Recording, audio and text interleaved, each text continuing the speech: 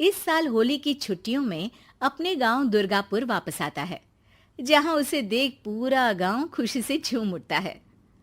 जब गया था तब इतना सा था और अब देखो कितना बड़ा हो गया है।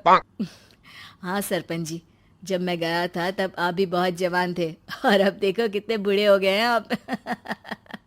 चलो चलो बढ़िया है। बच्चा घर वापस आ गया। इसी खुशी में आज रात पार्टी होगी। क्या बात है, गांव में भी पार्टियां होने लगी। वैसे अगर पार्टी की बात है तो आज क्यों सीधा होली पार्टी करते हैं। होली पार्टी की बात सुन चहल पहल में अचानक सन्नाटा छा जाता है, जिसे देख मनोज को कुछ अजीब लगता है। लेकिन तभी सरपंच बात पलट देता है। अब बहुत देर हो गई, चलो सब अपने घर चलो, पार्टी के बारे में कल सोचेंगे।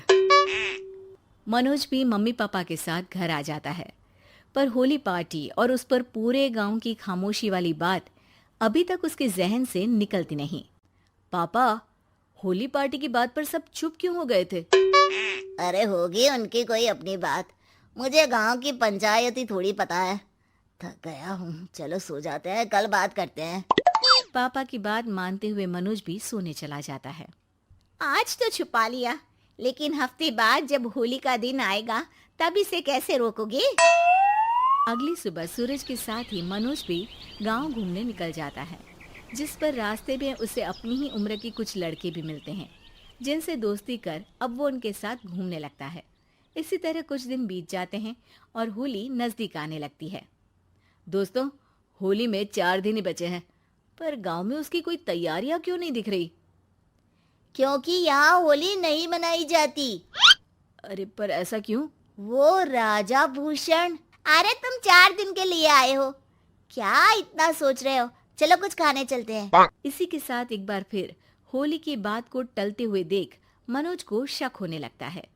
वो घर पहुंचते ही इंटरनेट पर अपने गांव और राजा भूषण के बारे में जानकारी निकालने लगता है। क्या? मुझे आज तक ये नहीं पता था। ऐसा कैसे? किसी ने मुझे कुछ बताया क्यों नहीं?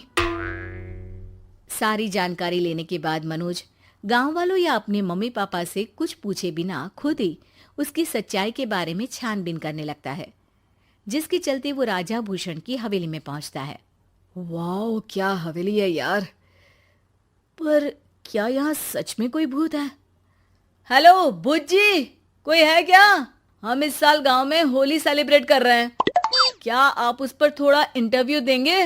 मनोज के ऐसा बोलते ही गांव में तूफान उठ जाता है और हवेली में रखी सारी चीजें हिलने लगती है। एक अदृश्य शक्ति मनोज को धक्का देकर हवेली से बाहर निकाल दरवाजा बंद कर लेती है। ये सब देख मनोज हैरान रह जाता है। क्या अभी मुझे हवा ने धक्का देकर बाहर निकाल दिया? मेरे होते हुए इस गांव में कभी होली नहीं मन सकती, इसलिए दोबारा ऐसी कोशिश भी मत करना, अंजाम बुरा होगा। आवाज सुन मनोज हैरानी से इधर उधर देखने लगता है, पर उसे कोई दिखाई नहीं देता। वो गांव वापस आ जाता है, जहां तूफान की वजह से सब कुछ तहस महस हो चुका होता है।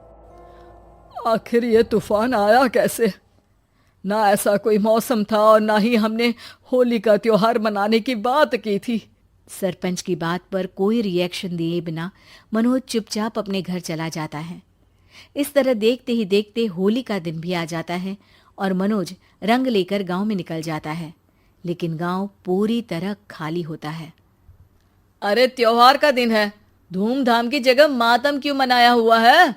मनोज की आवाज सुन सब अपने घर की खिड़कियां खोल के घर के अंदर से ही उसे वापस जाने के लिए कहने लगते हैं, पर वो किसी की नहीं सुनता।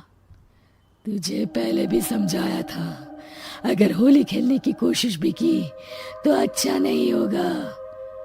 अरे बात मान लो बेटा, तुम्हें सच नहीं पता। मुझे सब पता है। सालों पहले इस राजा ने एक अंधविश्वास फैलाया और आप लोग आज तक उसे मानते आ रहे हो।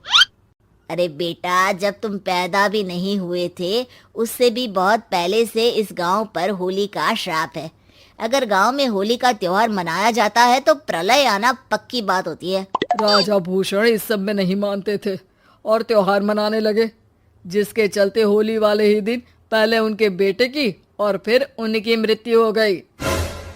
तभी से गांव की रक्षा के लिए उनकी आत्मा उस हवेली में रह रही है। सबकी बातें सुन मनोज उलझन में पड़ जाता है। सोचना भी मत मनोज, अगर तुमने इस परंपरा को तोड़ने की कोशिश भी की तो उसका परिणाम इस गांव और गांव के लोगों के लिए अच्छा नहीं होगा। मुझे भी यकीन नहीं हो रहा कि आप लोग एक बेतुकी बात को मानकर सालों से रंगों के त्योहार को मातम की तरह मनाते आ रहे हो। मनोज किसी की कोई बात ना मानते हुए पूरे गांव में रंग बिखेर देता है, जिसके तुरंत बाद वहां तूफान के साथ बिजलियां गरजने लगती है। अचानक मौसम में ऐसा बदलाव देख जहां मनोज कंफ्यूजन में आ जाता है, वहीं गांव वाले डर से सहम जाते हैं।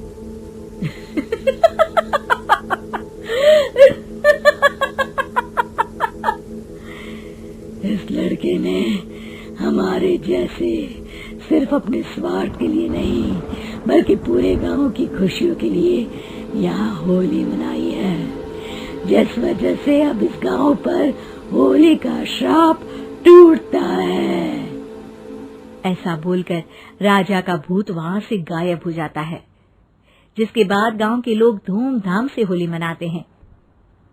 खुशियों के रंग गांव में बिखरे ही होते हैं कि अगली सुबह अचानक मनोज कहीं गायब हो जाता है और एक बार फिर गांव में होली का नया राज शुरू हो जाता है।